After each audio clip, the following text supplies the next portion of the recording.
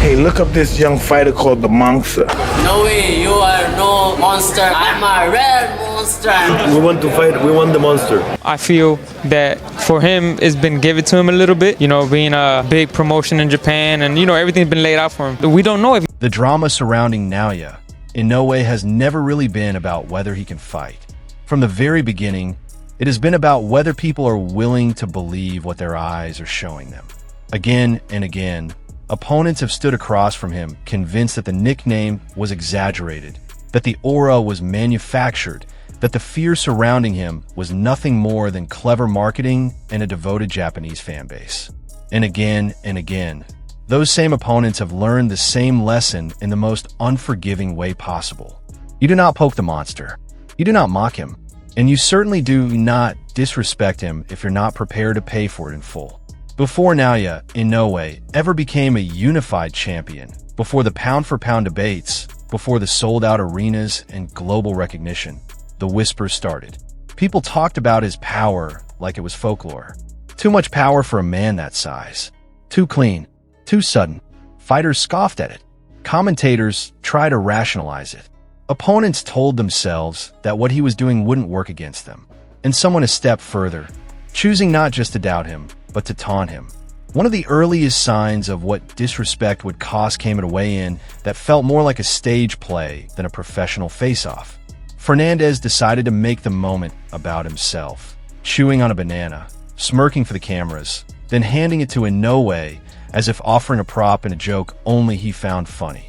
It was childish, theatrical, and meant to project control.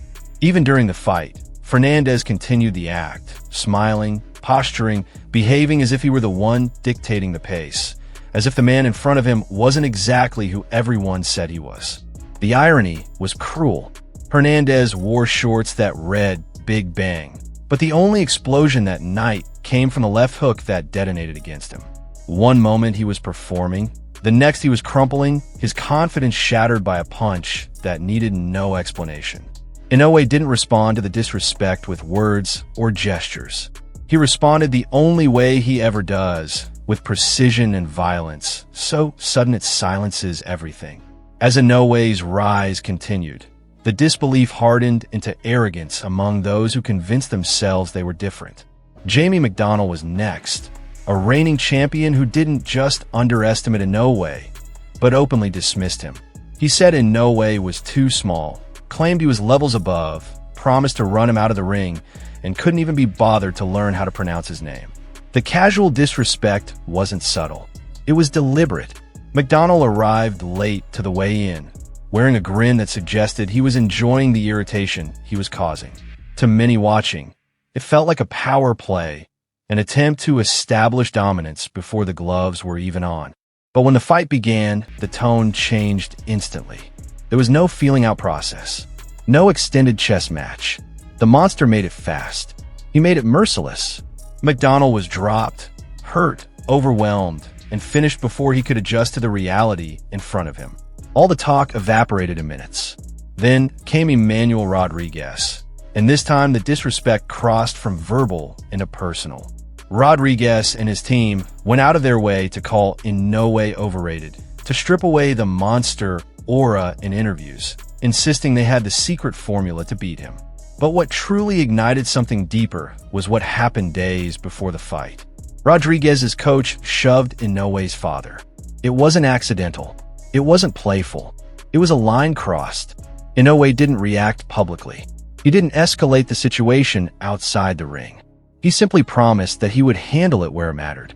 And when the bell rang, what followed felt less like a boxing match and more like an execution of a vow. Inoue unleashed a ferocious flurry, dropping Rodriguez for the first time in his career. Then he dropped him again and again. Each knockdown felt heavier than the last, not just physically, but symbolically. By the time the referee waved it off in the second round, justice had been delivered. Cleanly, brutally, undeniably. As Inoue moved up in weight and fame, the narrative shifted, but the disrespect never stopped. Steven Fulton embodied a new version of it. Calm, confident, and completely unconvinced by Inoue's resume. Fulton dismissed the power, questioned the competition, and spoke openly about wiping Inoue out clean. He said Inoue was too small, too short, lacking the reach and the style to trouble him. He went even further, with his coach accusing Inoue of cheating, claiming his hand wraps were excessive, essentially accusing him of turning his fists into weapons unfairly. So the fight took on another layer. Inoue had to get his hands wrapped under Fulton's supervision, every movement watched closely. There would be no excuses this time, no conspiracies, no room for doubt.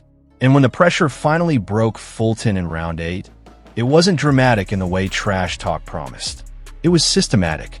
Inoue walked him down, took away his space, stripped him of comfort, and broke his resistance. After the fight, Fulton couldn't even bring himself to acknowledge Inoue. His team took the belts quickly, leaving Inoue to face the press without them. Even in defeat, the bitterness lingered.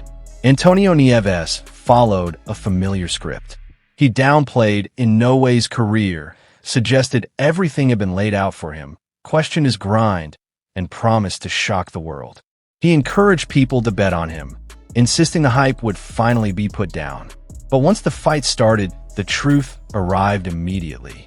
Nieves was dropped. He survived rounds, not by competing, but by enduring. By the 6th, Inoue wasn't just winning, he was toying with him. When the 7th round was called, Nieves stayed on the stool. The show was over. Luis Nery may have been the loudest of them all. He called Inoue overrated, said there was nothing special about him, promised a knockout, and even predicted multiple knockdowns. He referenced Nonito Donaire hurting Inoue, insisting that if an older fighter could do it, he certainly could. He spoke like a man convinced he was walking toward destiny. Instead, he walked into history. Inoue dropped him 3 times. Every prediction Nery made came true, just not in the direction he imagined. Others followed, each convinced they would be the exception. Jun Kim talked big, promised to crush Inoue, claimed he was a true knockout artist unlike anyone Inoue had faced. Marlon Tapales said he wasn't afraid, that he would be Inoue's worst nightmare in his own backyard. And from the opening bell, Tapales taunted and showboated, performing right up until the moment he was put out cold. The pattern is impossible to ignore. Every fighter who chose arrogance over respect, mockery over preparation, bravado over humility, paid the same price. Naoya Inoue doesn't argue with words. He doesn't respond to insults online. He absorbs the noise, stores it, and then releases it when the bell rings. That is what makes him so dangerous. Not just his power, but his composure. His ability to turn disrespect into fuel without ever losing control. The monster is not a character. He is a consequence. And the boxing world continues to learn, sometimes the hard way, that underestimating Naoya Inoue is not just a tactical error. It's a personal one. So now the question goes to you. Which opponent's disrespect do you think cost them the most against Inoue? And is there anyone left in the sport who can face him with both the skill and the humility required to survive? Let us know your thoughts in the comments. If you enjoyed this story-driven breakdown of how arrogance meets reality in the ring, make sure to like the video, subscribe to the channel, and stay tuned for more high-quality boxing documentaries and scripted narratives just like this one.